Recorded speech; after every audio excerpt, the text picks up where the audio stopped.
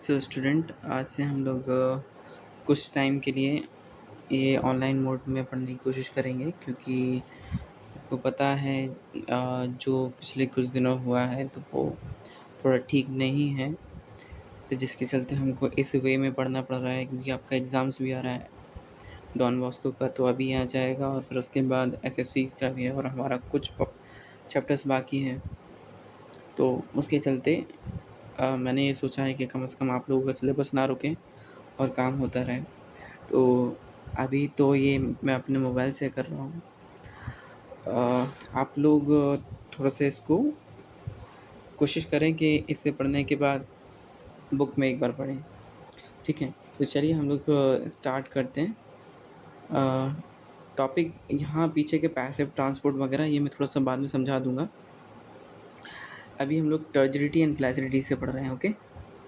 And plasmolysis भी बोलते हैं। अब देखो, इस चैप्टर में बहुत सारे क्वेश्चंस हैं, वो इस तरीके से आते हैं कि डिफ़ाइन करने को आते हैं। डिफ़ाइन द टर्म कि टर्जिडिटी क्या होता है, फ्लैसिडिटी क्या होता है, पैसिव ट्रांसपोर्ट क्या होता है, एक्टिव ट्रांसपोर्ट क्या होता है, डी प्लाज्मोलिसिस क्या होता है, एम्बाइबिएशन क्या होता है। मतलब समझ रहे हैं ना आप लोग, टर्म्स डिफ़ाइन करने को आते हैं।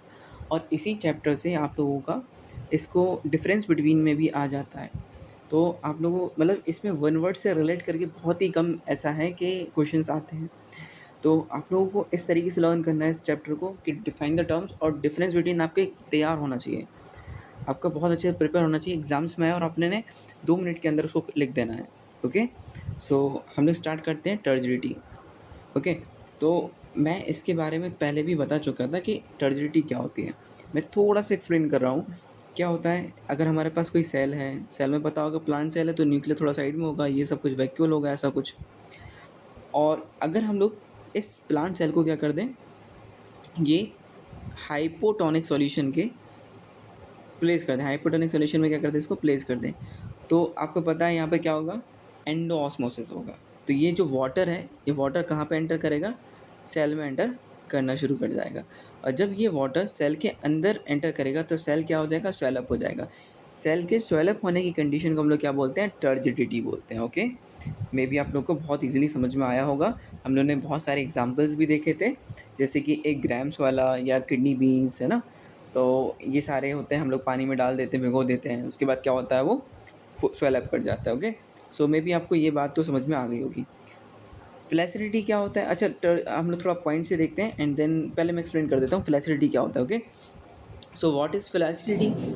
तो when we talk about the flaccidity, तो आप एक just a second, okay. So let's start. तो फ्लैसिडिटी क्या होता है, तो फ्लैसिडिटी में ये होता है, अगर कोई सेल है और वो कैसा है, स्वेलअप है, कह सकते हैं हम लोग, ये नॉर्मल भी सेल है जिसके अंदर क्या है, हमारा वाटर का कंटेंट थोड़ा सा ज़्यादा है, यानी यहाँ पर जो वैक्यूल में जो वाटर है वो थोड़ा सा ज़्यादा प्रेजेंट है।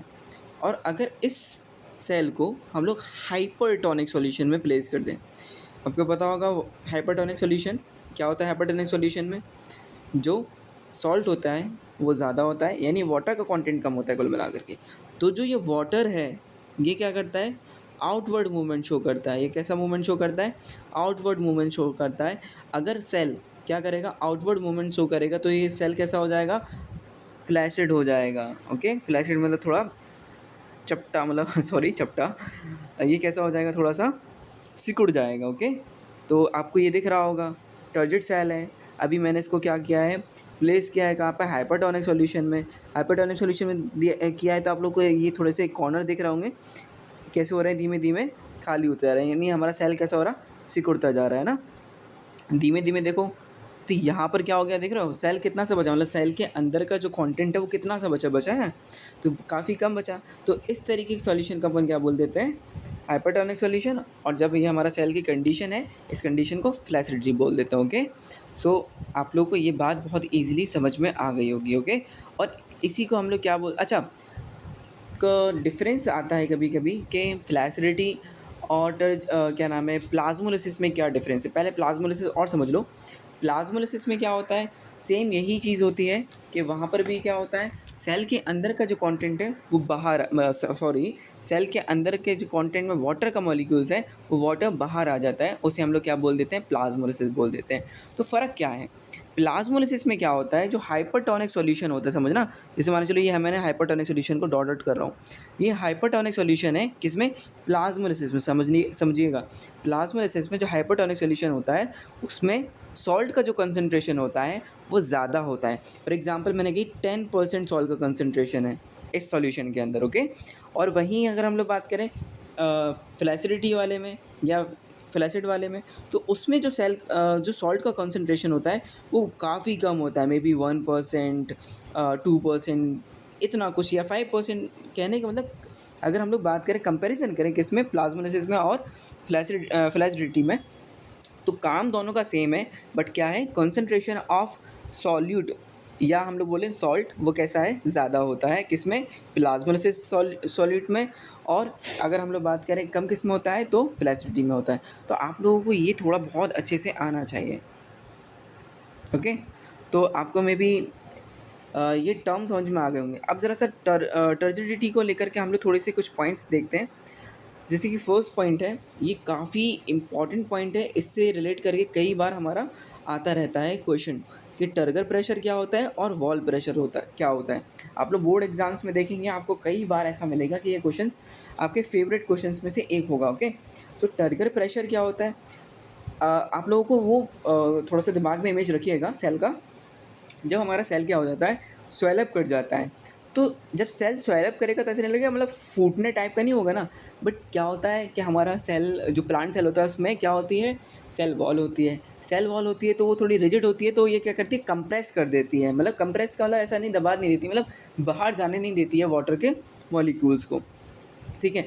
तो क्या होगा, जब वैक्यूल्स और जो भी हमारा सेल का कंटेंट है वो बढ़ेगा उस केस में, किस केस में, जब वाटर एंटर कर रहा होगा। तो जो सेल का कंटेंट है वो क्या करता है, वॉल पर, सेल वॉल पर क्या करता है, एक प्रेशर एक्सर्ट करता है। फॉर एग्जांपल ये सेल हो गई और ये सेल वॉल भी बाजू में ही चल रहा है कुछ, ठीक है, ऐसे समझ के चलो। और ये न्यूक्लियस हो गया, आजू बाजू में ये वैक्यूल, सेल के कॉन्टेंट्स वगैरह हैं। अब जैसे ही ये पूरा स्वेलअप कर जाएगा तो ये क्या करेगा, बाहर की तरफ जाना चाहेगा ना। जब ये बाहर की तरफ जाएगा तो एक प्रेशर जनरेट करेगा, उसे हम लोग क्या बोलते हैं, टर्गर प्रेशर बोल देते हैं। और इसको बैलेंस करने के लिए हमारा जो सेल वॉल है वो भी एक प्रेशर एग्जर्ट करेगा, तो उस प्रेशर को हम लोग क्या बोल देते हैं, वॉल प्रेशर बोल देते हैं। बहुत ईजी है, कोई दिक्कत नहीं है, आप लोग एक बार रीड करिएगा, ईजी समझ में आ जाएगा, ओके। क्या लिखा है नेक्स्ट, ये वाला पॉइंट देखते हैं। If at any time the cell wall is unable to bear the turgor, हाँ ये बार मैं इसे एक्सप्लेन कर दूँ, आप लोग रीड कर लेना। कभी कभी कैसा होता है कि हमारा जो सेल है बहुत ज़्यादा टर्जिड हो गया, यानी बहुत ज़्यादा स्वेलअप कर गया। उस कंडीशन में क्या होता है, हमारा जो सेल होता है वो रप्चर कर जाते हैं, यानी हमारा सेल वॉल जो होता है वो उतना प्रेशर जनरेट नहीं कर पाता है, तो उस सेल वॉल हमारा टूट जाता है। उस केस में क्या होता है, सेल क्या कर जाता है, रप्चर हो जाता है। और अगर हमारा सेल रप्चर हो गया, उस केस में जो वेजिटेबल्स वगैरह होते हैं, आप लोगों ने देखा होगा, उनके शेप वगैरह थोड़े से चेंज हो जाते हैं। तो हम लोग ये वाला पॉइंट बहुत इजीली समझ सकते हैं। नेक्स्ट पॉइंट मैं थोड़ा सा एक्सप्लेन कर चुका हूँ बैलेंस स्टेट के लिए, कि क्या होता है अगर टर्जेड सेल हैं तो वो फटता क्यों नहीं है, क्योंकि वो क्या करता है, सेल वॉल उसको बैलेंस करके रहता है। आप लोग पढ़ लेंगे थोड़ा सा, ओके। हम लोग आगे बढ़ते हैं। प्लाज्मोलिसिस फ्लैसिडिटी को लेकर के हम लोग ने बात कर लिया है।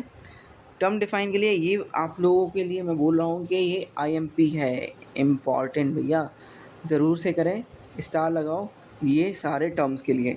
टर्जिडिटी, प्लाज्मोलिसिस, फ्लैसिडिटी काफ़ी ज़्यादा इंपॉर्टेंट है, आपको इसको छोड़ना बिल्कुल भी नहीं चाहिए, ओके।